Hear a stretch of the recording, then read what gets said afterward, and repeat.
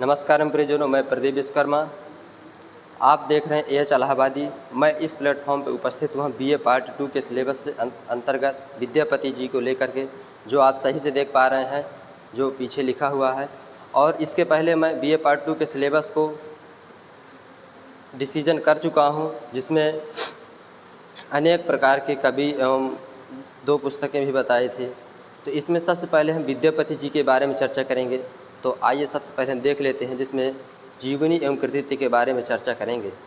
इसमें जन्म हो गया, मृत्यु हो गई, माता पिता, जन्म स्थान, संप्रदाय, वंश, भाषा एवं रचनाएं और मतलब उपाधि, अनेक प्रकार की बारे में हम चर्चा करेंगे। जिसमें चलिए आइए हम देख लेते हैं इनका जन्म कहाँ हुआ था, कब हुआ था, कैसे क्या, ये सब।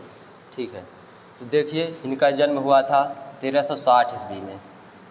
1360 ईस्वी में। इसके पहले मैं आपको बता देना चाहता हूँ कि विद्यापति जी जो थे वो आदिकालीन कवि थे। मैथिल ही क्षेत्र में थे। मैथिल क्षेत्र जो बिहार राज्य और झारखंड और नेपाल का तराई क्षेत्र है, वहाँ पे पड़ता है मैथिल क्षेत्र। वहाँ का जो मैथिली क्षेत्र, वहाँ पे अपभ्रंश भाषा, जब मतलब विद्यापति थे, वहाँ पे अपभ्रंश भाषा चलित में थी, सार्वजनिक भाषा थी। आम जन लोग भी वहाँ पे बोलते थे। उस भाषा में जो है मैथिल भाषा, उसको उस प्रकार से कहा जाता था उस समय में, जिसमें उन्होंने पदावली नाम की रचना की थी, जिसके लिए उन्हें शिव सिंह जी ने एक गांव दिया था, एक उपहार भेंट स्वरूप में, जिसका नाम था बिस्फी। वही गांव इनका जन्म स्थान माना जाता है, बिस्फी ग्राम। तो सबसे पहले इनके मृत्यु के बारे में चर्चा कर लेते हैं। इनकी मृत्यु हुई थी 1448 ईस्वी में। 1448 ईस्वी 1448 में इनकी मृत्यु हुई थी। और इनके पिता गणपति ठाकुर जी थे। पिता गणपति ठाकुर थे। ये राजश्रित वंश से संबंधित थे, ब्राह्मण वंश के थे, लेकिन राजाओं से संबंध रखते थे। इनके पिताजी गणपति जो ठाकुर थे, गणेश्वर नाम के राजा जो थे वहाँ पे मैथिल क्षेत्र में, वहाँ पे राजश्रित थे, राज्यमंत्री के पद पर आश्रित थे। तो उनके पिता जाया करते थे। तो पहले लिख देता हूँ गणपति ठाकुर।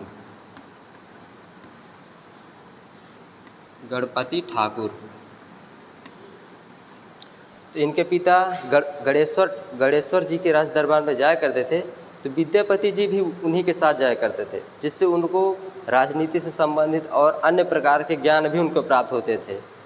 उनकी मृत्यु के पश्चात गणेश्वर जी की मृत्यु के पश्चात उनके पुत्र राजा हुए शिव सिंह जी। उन्होंने बिस्फी नामक ग्राम इनको दिया था भेंट स्वरूप, जो ताम्रपत्र में ही उल्लिखित है। वो ताम्रपत्र एक बुक है, इस बुक का नाम है विद्यापति पदावली, रामवृक्ष बेनीपुर जी, इस बुक में है। इसमें ताम्रपत्र का उल्लेख भी किया गया है। इसमें आप इसको ले लीजिएगा, ज़्यादा महंगी नहीं है। तो उस ताम्रपत्र में इनका नाम दिया गया है कवि शेखर, यानी कि एक इनकी उपाधि हो जाएगी कवि शेखर। उपाधि के रूप में आप लिख लीजिए यहाँ पे, सॉरी कवि शेखर नहीं है, अभिनव जयदेव नाम से इनका उल्लेख किया गया है। अभिनव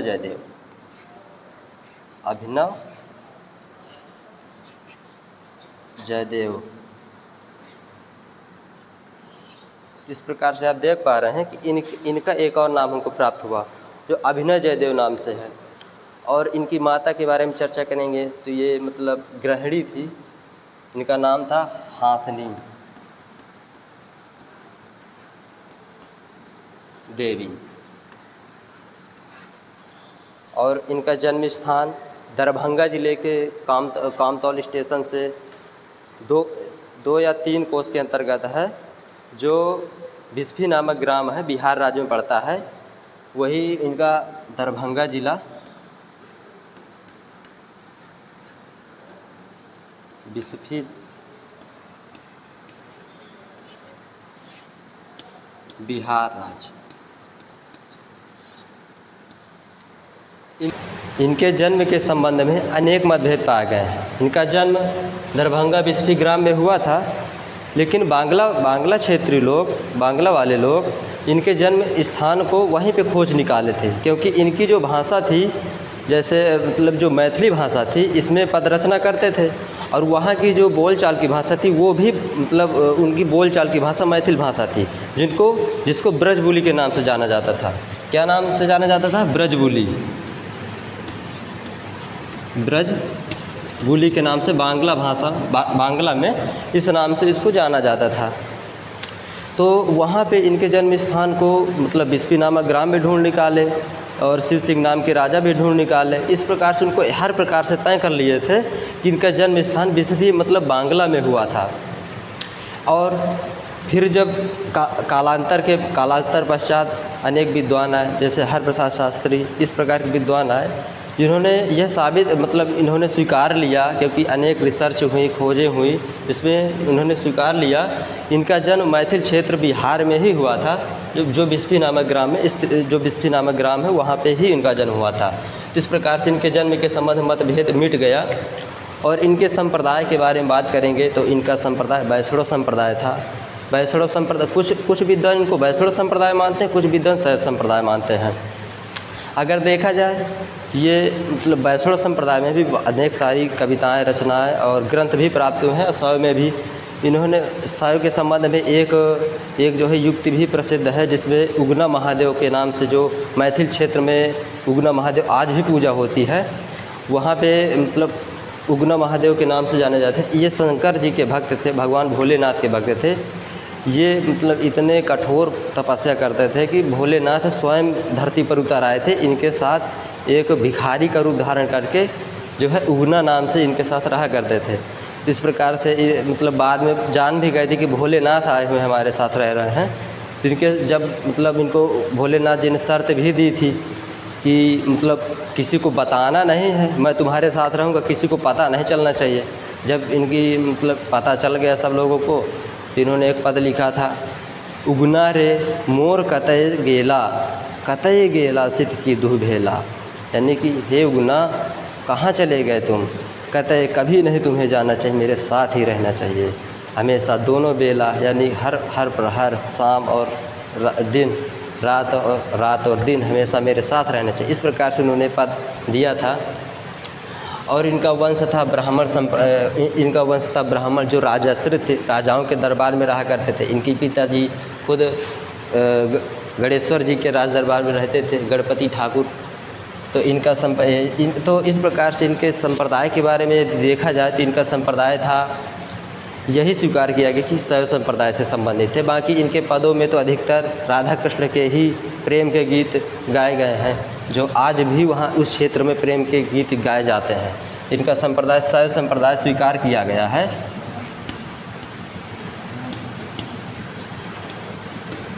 और वंश था ब्राह्मण।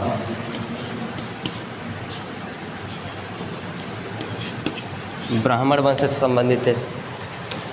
इनके भाषा के संबंध में बात करेंगे तो ये 3 प्रकार की भाषाओं में रचनाएं करते थे, जैसे जिसमें अपभ्रंश हो गई, जिसको अवहट्ट भाषा भी कहते हैं, मैथिल और संस्कृत। इन 3 भाषाओं में रचनाएं करते थे। कौन कौन सी हैं? अवहट्ट, मैथिल और एक संस्कृत। ये अपनी भाषा के प्रति बहुत सचेष्ट थे। ये अपनी भाषा को एक दाव के साथ कहते थे कि यही सबसे श्रेष्ठ और सबसे प्रिय भाषा है। इसके बारे में एक पद भी सर्वप्रसिद्ध है, सक्कै वाड़ी बहुवन भावई, पाऊ रस को मम्म न पावई, देसिल बैना सब जन मिट्ठा, तम तैसन जंपा हट्टा। इसका शब्दार्थ देखिए, व्याख्या ये इस प्रकार से है कि सक्कै वाड़ी बहुवन भावी, संस्कृत भाषा तो बुद्ध जनों को ही भाती है, अब पाऊ रस को मर्म न पावई, यानी प्राकृत के रस को मर्म कोई नहीं पा सकता, जो आम जन लोगों की भाषा है। तो पाऊ रस को मर्म न पावई, देसिल बहना सब जन मिट्टा, तम तैसन जंपा हट्टा। देसी भाषा जो होती है वो आम जन लोगों को, प्रत्येक लोगों को अच्छी लगती है, इसीलिए मैं अवहट्ट भाषा को जपता हूँ। वही मेरी सबसे प्रिय भाषा है, वही प्राकृतिक भाषा है, जो आम लोगों की भाषा भी है। तो इसमें मतलब तीनों भाषाओं में अनेक रचनाएं प्राप्त हुई हैं, जिसमें यहाँ पे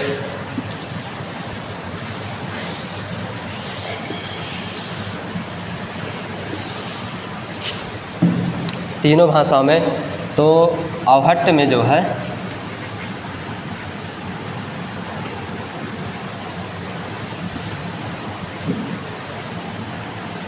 अवहट्ट में 2 ग्रंथ प्राप्त हुए हैं, कीर्तिलता और कीर्ति पताका। कीर्तिलता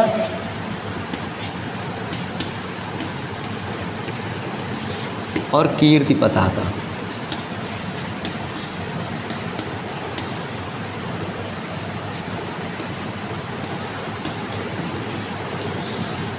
इस कीर्तिलता ग्रंथ में कीर्ति सिंह का वीरता का वर्णन किया गया है और कीर्ति पताका में शिव सिंह जी का वर्णन किया गया है। इसमें कीर्ति सिंह की वीरता का वर्णन किया गया। दोनों वीर ग्रंथ हैं। इसमें जो है शिव सिंह की वीरता का वर्णन किया गया है। और दूसरी भाषा हमारी आ जाएगी मैथिल भाषा। मैथिल भाषा में 2 ग्रंथ प्राप्त हुए हैं। कौन कौन से? पदावली और गोरच विजय।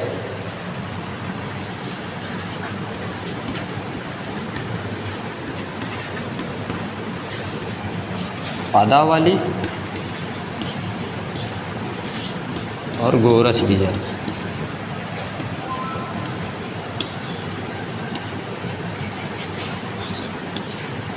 इन 2 ग्रंथों में से जैसे एक पदावली ग्रंथ के ही पद हमारे सिलेबस में संकलित हैं, इन्हीं को हमें पढ़ना है। जो मैथिल भाषा सर्वप्रसिद्ध भाषा थी, सब आम जन लोगों की भी भाषा थी। और तीसरी भाषा है संस्कृत।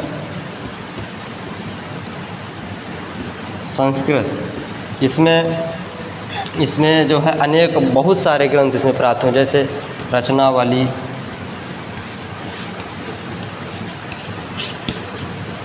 शैव सर्वस्व सार,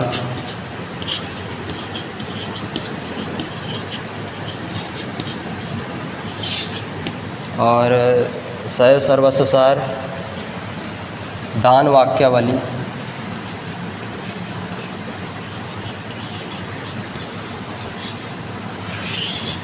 और भी अनेक ग्रंथ प्राप्त हुए हैं। जैसे बताए दे रहा हूँ।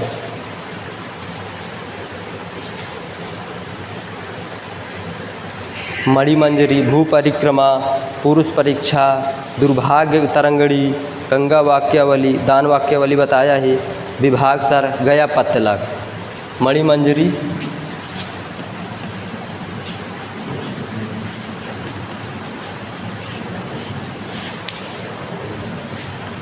भूपरिक्रमा,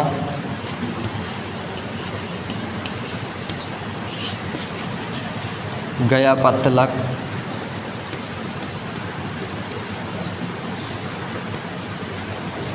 और हाँ बस इतनी ही कुछ और रचनाएं हैं।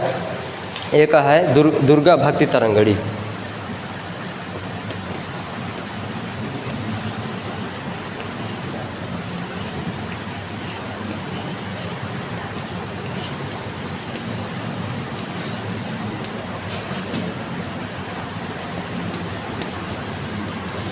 दुर्गा भक्ति तरंगड़ी ये प्रमुख रचना है जो संस्कृत भाषा में प्राप्त है। संस्कृत भाषा में इन्हें अत्यधिक ग्रंथ रचे गए हैं जो इस प्रकार से हैं। तो आज का हमारा टॉपिक यहीं तक था। बाकी आगे के वीडियो में हम पद के बारे में चर्चा करेंगे। जो आप इस चैनल से आप जुड़े रहिए, जो सबसे पहले आपके पास ही नोटिफिकेशन आएगा जो आप देख पाएंगे। तो यहाँ पे हम इस वीडियो को समाप्त करते हैं। जय हिंद।